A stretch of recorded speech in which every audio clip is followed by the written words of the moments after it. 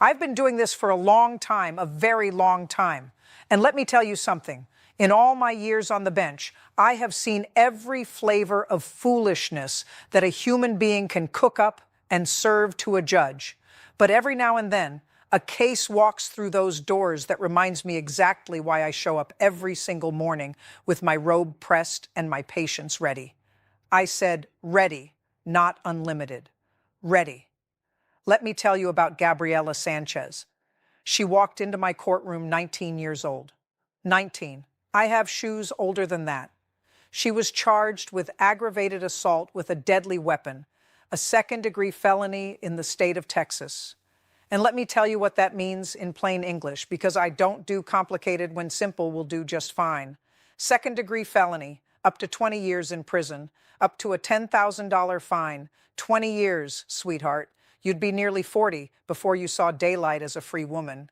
Her attorney was present, the state was present, and I, Judge Judy Scheindlin, was sitting right behind that bench ready to get to the bottom of things, because that is what I do. The courtroom was dead silent. You could hear the air conditioning. You could hear people breathing. And every single person in that room knew, including Gabriela Sanchez, that what happened in the next few minutes was going to determine the entire direction of her life. Now, before any plea gets entered in my courtroom, I go through everything, every single thing, because I am not going to have somebody stand in front of me, agree to terms, walk out that door, and then come back later telling me they didn't understand. Oh no, that does not happen here. Not on my watch. Not ever. So I walked her through it all. I told her, if this court grants your application for deferred adjudication, and if for any reason that deferred adjudication is revoked, meaning you mess it up, meaning you don't follow the rules, meaning you act like this is optional, this court can find you guilty and sentence you to up to 20 years in prison and a $10,000 fine. Did she understand? Yes. I turned to her attorney. I asked whether his client had any defenses, whether she had a rational and factual understanding of what she was charged with, whether she was competent, whether she had been legally sane at the time of the offense. These are not small questions. These are the architecture of a fair proceeding, and I build them carefully every single time. Her attorney confirmed everything was in order. Then I looked back at Gabriela.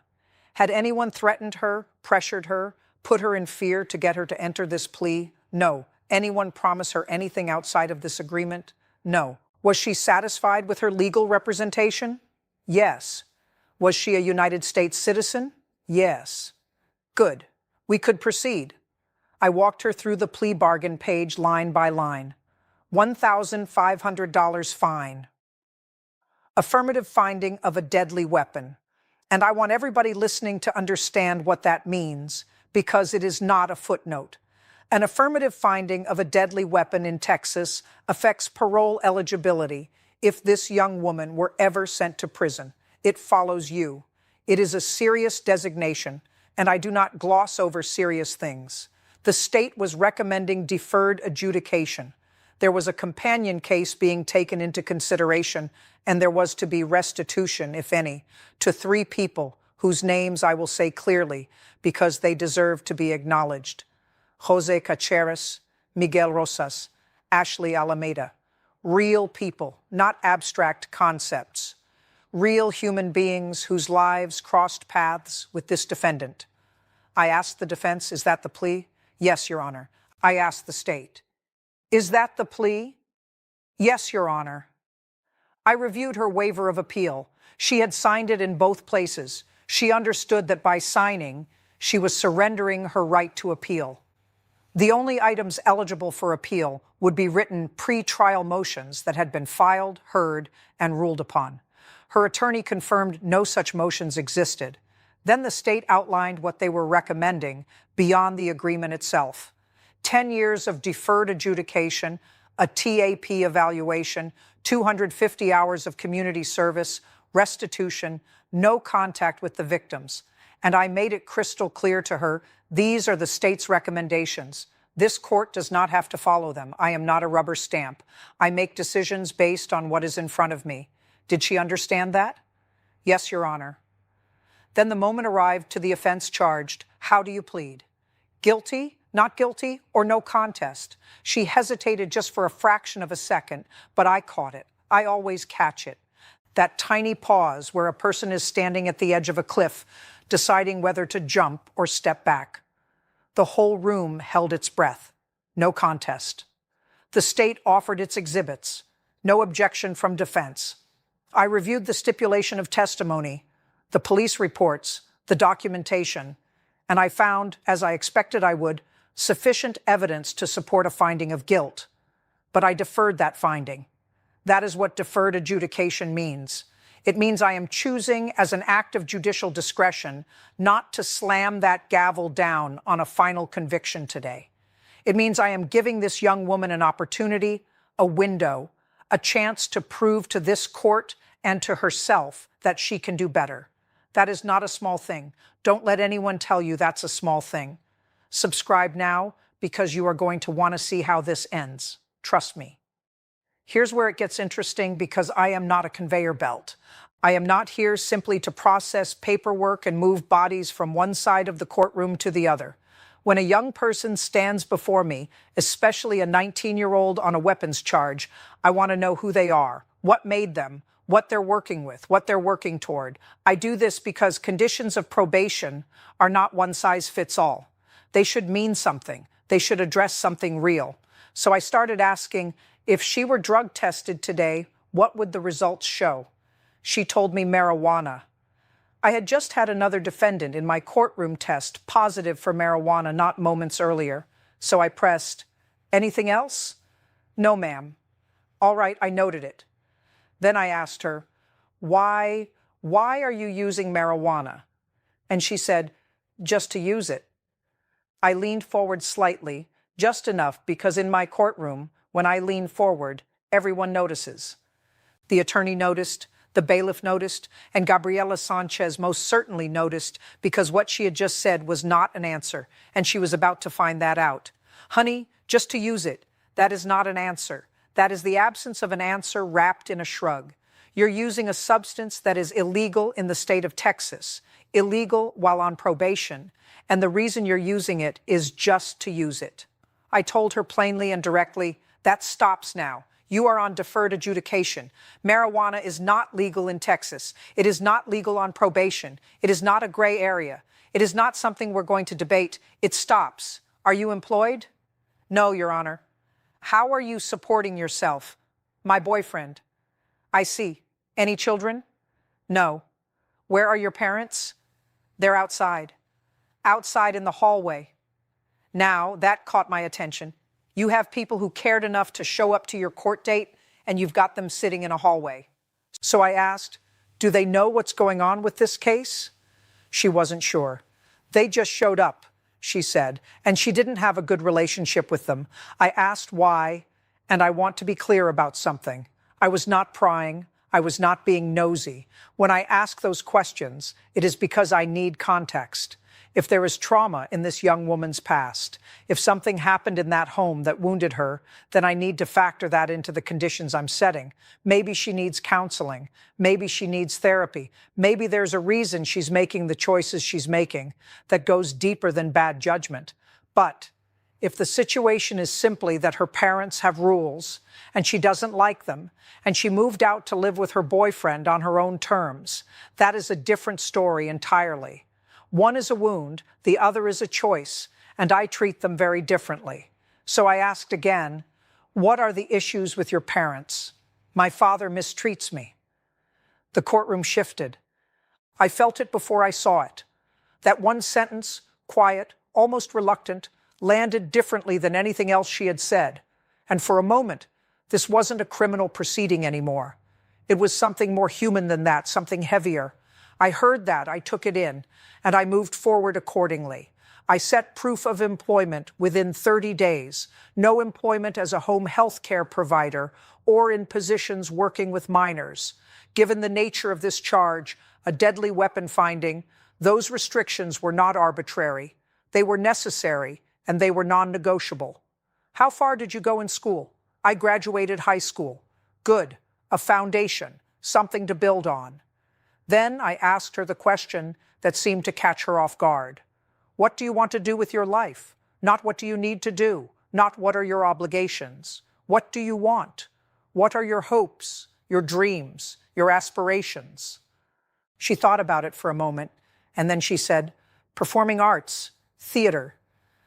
Now, I have heard a lot of answers to that question over the years. Some people stare at me blankly. Some people say they don't know. Some people give me an answer they think I want to hear. But she said theater. She said it quietly, like she wasn't sure she was allowed to want that anymore, like the courtroom had already taken it from her. I wasn't going to let that stand. I told her about Lauren Bacall, one of the greatest Hollywood actresses who ever lived. Before the fame, before the films, before Humphrey Bogart, she was working in a theater, a cigarette girl. That's where it started, not on a stage in the spotlight, in the back of a theater handing out cigarettes and watching and learning and staying close to the things she loved. I told Gabriela Sanchez, if you don't work toward your dreams, they do not happen. Nobody is going to walk up to you on the street and hand you your future in a gift bag. You have to go get it. Every single day, you have to go get it. And then I made her an offer. If she enrolled in college or a trade school, genuinely pursuing something, moving towards something full-time, at least 9 credit hours, I told her this court would consider waiving her 250 community service hours. The choice was hers. She could do the community service. She'd learn something from it. I always say you learn something from community service. But if she wanted to invest in herself, if she wanted to actually chase that dream she just told me about, I was going to give her the runway to do it. That is not something every judge offers. Remember that. I laid everything out on the record, clearly, completely, with no room for misunderstanding.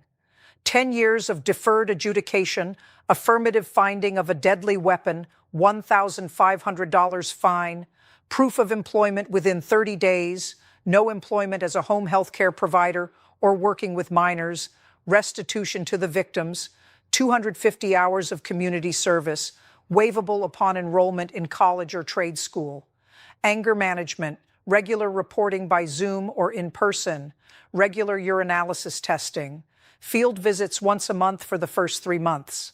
After 3 months with no issues, probation could adjust the schedule. TAP evaluation, no contact with Jose Casares, Miguel Rosas, or Ashley Almeida. I asked probation if she needed anything else. I asked if there was anything further the court could provide.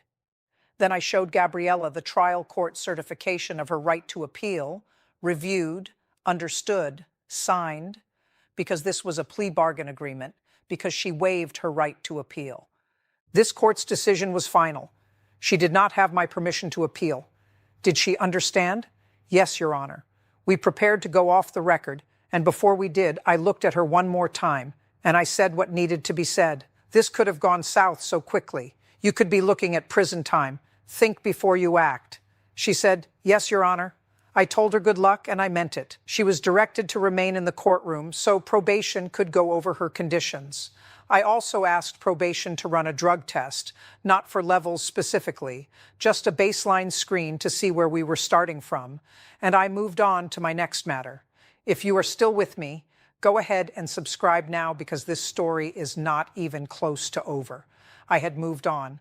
I was in the middle of the next case on my docket, but I need to tell you what happened with Gabriela Sanchez first because the drug test came back and she was called back to stand in front of me. The first thing I noticed, and I noticed it immediately because I notice everything, was her clothing. Inappropriate for a courtroom. Now listen, I don't care what you wear to the grocery store. I don't care what you wear to the movies.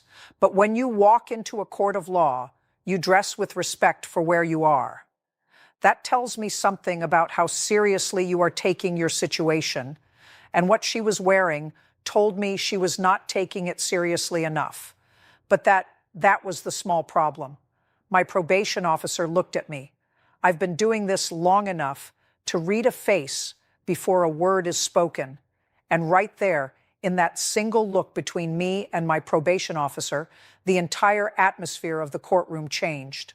Whatever warmth had existed during the plea, whatever hope had been built during our conversation about theater and Lauren Bacall and college, it evaporated.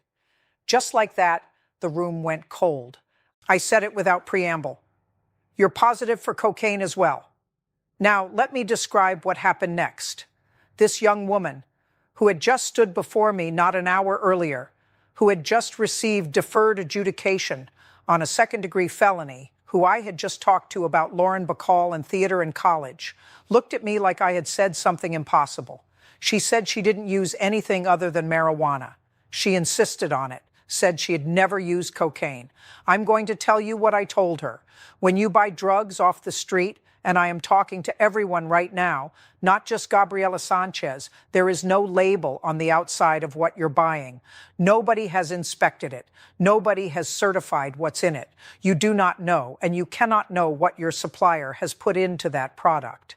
If she was not intentionally using cocaine, then whoever she was buying her marijuana from was lacing it. That is a documented reality. That happens, and it is exactly why I tell people, when you use street drugs, you are rolling the dice with your life every single time. But here's the thing. Here's the part that I need everyone to understand. I don't care why the cocaine was there. I am not in a position to care why. The condition was no drugs. Not no drugs unless someone put something extra in yours.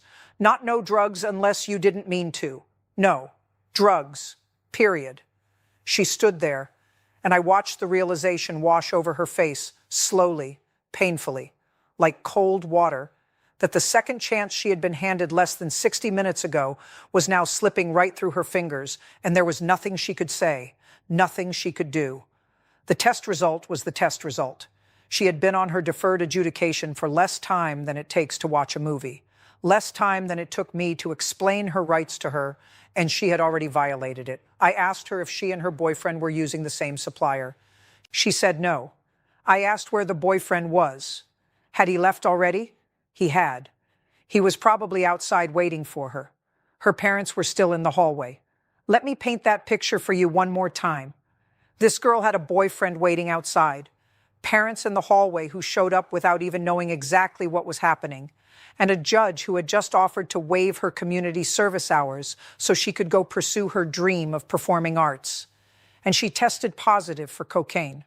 I have seen a lot of things in this courtroom, a lot, but there is a particular kind of heartbreak that comes from watching someone receive a gift and drop it on the floor in the same moment. Her deferred adjudication was now in jeopardy. If probation moved to revoke, and they had every legal basis to do so, she would come back before me. And at that point, I would not be the judge talking about Lauren Bacall. I would be the judge entering a final finding of guilt on a second-degree felony, up to 20 years. That stage she wanted to perform on, gone. Now let me tell you about the second defendant on my docket that day, Jose de Jesus Gigus, 29 years old, married, father of 2 children, a 7-year-old and a 2-year-old. He went through the 11th grade, and here is what I found notable about this man. He owned and operated his own paint and body shop right there in town. He had built something. He had employees depending on him. He had a family depending on him. He had entered a plea of no contest on May 1st, and we were convened today for sentencing. His attorney raised something important before we proceeded. Mr. Gigus was not a United States citizen. Now that changes things considerably, because a criminal plea can have immigration consequences that are permanent and devastating. Consequences that extend not just to the defendant, but to his wife, to his children, to his entire life in this country. An organization called MAC had prepared a 6-page memorandum outlining every immigration consequence of his plea. His attorney had gone through all of it with him. They were prepared to proceed. I looked at Mr. Gigus carefully before I said another word, because this was a man carrying something heavier than most people in that courtroom understood. A criminal record, even a deferred one, could mean deportation. It could mean separation from his wife, from his 7-year-old, from his 2-year-old. It could mean losing everything he had built with his own 2 hands. That weight was in the room, even if nobody was saying it out loud. I asked Mr. Gigus directly, "Are you asking to proceed?" "Yes, ma'am." "Good." We had no interpreter present, so I asked him directly on the record, "Can you understand the English language?" "Yes, ma'am." Had he reviewed all of his documents in English and understood them? "Yes, ma'am." His attorney spoke on his behalf, gave me the full picture. 29 years old, married business owner, 2 small children at home, no CPS involvement. I asked about the drug test. What would it show if we tested him today? He said it would probably be positive for marijuana. I asked, what else? He said, just marijuana. And then he added something, almost as an afterthought. He mentioned, carefully, hesitantly, that he wasn't entirely sure how long cocaine stays in the system, because he said he had been previously charged with that. I set my pen down, slowly, deliberately, because when I set my pen down in the middle of a proceeding, everyone in that courtroom knows something just shifted. His attorney stiffened slightly. The state paid attention. And Mr. Gigos, to his credit, did not look away. I heard it, I filed it, and I told him we would see what the test showed. I set his conditions. 3 years deferred adjudication, shorter than Ms. Sanchez, reflective of the differences in their charges and circumstances, $1,500 fine, probated, 100 hours of community service, with the provision that completing parenting classes would satisfy those hours in full.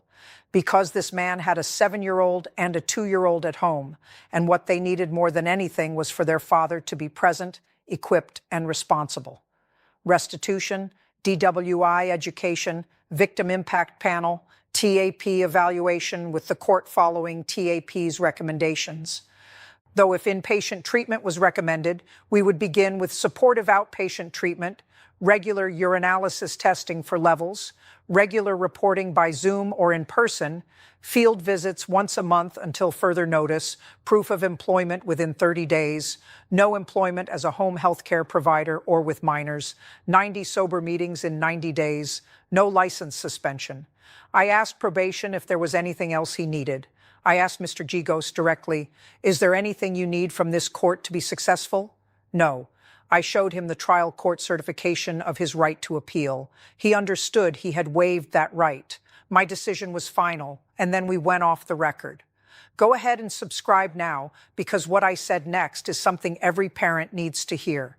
You have children in your house, a 7-year-old and a 2-year-old. You cannot be smoking marijuana. And I'm not finished. Do not look at the floor. Look at me. Some people think that smoking outside makes it acceptable, that if you step into the backyard or drive around the block, somehow the children are protected from it. Let me disabuse you of that notion right now. When you come back into that house after smoking, you carry it with you. It is on your clothes. It is in your breath. It is in your hair. And those 2 little children whose brains are still developing, who are at the most critical stage of learning what the world is, they smell it. They absorb it. You might as well pass it to them directly. Would you give your children marijuana to smoke? No, ma'am. Then what are you doing bringing it into their environment? Children do not learn from what you tell them. They learn from what you do. That is how they develop language, by watching and mimicking. That is how they understand behavior, by observing the people they love most in the world. When you see a small child using profanity, you know where it came from. It came from the people around them. Your 7-year-old is watching you. Your 2-year-old, who is barely old enough to form sentences, is absorbing everything you do as the definition of normal. And one day, not so far from now, those children are going to look back at who their father was during these years, during the years that mattered. And I am asking you right now to be a man they are proud to call their dad. You have a business, you have a wife, you have 2 children who need you. All of it, every bit of it can disappear if you stand in front of me again. Don't stand in front of me again. Yes, ma'am, I understand. Good luck to you. Here is my answer, and it has never changed. Because somebody has to. Because if I am not thorough, someone walks out of my courtroom without truly understanding what just happened to them. Because if I am not firm, the conditions mean nothing. But if I sit up there and process paperwork without looking at the human being standing in front of me, if I don't ask about the dreams and the parents and the children and the future, then I am not a judge. I am a machine in a robe. I am not a machine. When Gabriela Sanchez told me she wanted to perform in theater, I told her about Lauren Bacall, not to fill time, not to hear myself talk. I do not need help with that. But because I wanted that 19-year-old girl to understand that her dream was real, that it was worth protecting, that the conditions I was setting were not punishments, They were a framework designed to keep her free long enough to actually pursue it. When Jose Chigos told me he had a 7-year-old and a 2-year-old at home, I thought about those children sitting in that house waiting for their father to come through the door. And I needed him to understand that the version of himself he showed up as at home every single day was the version they were going to carry with them for the rest of their lives. That is why I go off the record and say what I say. That is why I ask questions that have nothing to do with the charge on paper, because the charge on paper is not the whole story. The person standing in front of me, the scared 19-year-old, the father of 2 who built his own business, every single one of them. That is the whole story. And for whatever reason, through whatever strange and winding path life has taken, I am the one sitting at that crossroads with them. So I take it seriously every single time. Don't waste the second chance, and for heaven's sake, don't come back to my courtroom. Judge Judy has spoken. Court is adjourned. Bye-bye.